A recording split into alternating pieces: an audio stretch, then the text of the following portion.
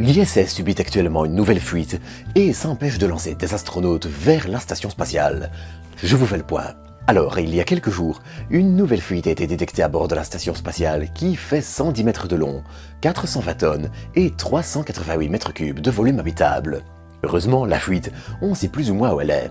Elle est dans le module Zvezda, un module russe lancé en 2000, qui commence malheureusement tout doucement à vieillir. C'est à lui que s'amarrent les cargos russes Progress ou les vaisseaux habités Soyouz. Et ces fuites, il faut du temps pour les trouver et en cerner la gravité. C'est notamment pour cette raison qu'Axiom 4, un vol habité de la capsule Dragon Crew de SpaceX à but touristique, a été retardé. Alors je parle de mission touristique, mais elle emporte notamment un astronaute professionnel pour l'ISRO, donc c'est un peu entre deux, mais ça c'est une parenthèse qu'on fera une autre fois. Car ce qu'il faut savoir, c'est que ces fuites, si elles sont régulières et en général pas bien graves, provoquent toujours une inquiétude. Alors en gros, vous savez que quand on plie du métal à plusieurs reprises, au bout d'un moment il devient trop rigide et se casse. C'est exactement la même chose pour les modules de l'ISS qui sont faits en aluminium. Alors c'est un aluminium quand même conçu pour l'espace, et en général ils sont assez résistants. Mais voilà, l'ISS subit des stress thermiques entre la chaleur du soleil et le froid de l'espace, et ça fait que le métal s'étend, se contracte, et qu'il y a plein d'autres petites choses qui fait qu'il bouge légèrement. Et tout ça, eh bien, ça fatigue le métal, et au bout d'un temps, on arrive à la fin de sa vie.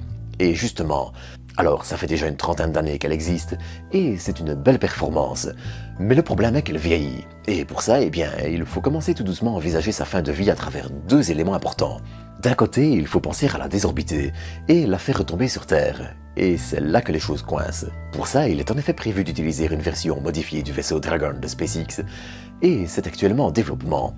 Il faut réussir à la faire retomber dans une zone très précise pour que les débris s'écrasent dans l'océan et ne soient pas une menace sur Terre. Et puis, il faut aussi prévoir la suite.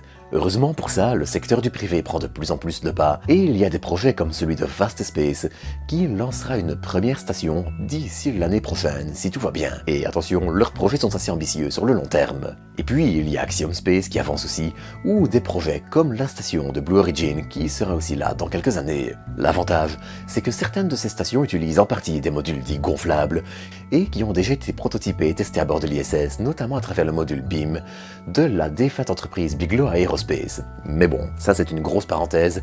Pour en revenir à cette fuite, elle n'est probablement pas grave et les astronautes devraient pouvoir décoller dans quelques jours. Mais en tout cas, elle trahit quand même un problème qui est de plus en plus profond et de plus en plus régulier. Et s'il ne faut pas dramatiser, il faut aussi se rendre à l'évidence. L'ISS vieillit et ne sera pas éternelle.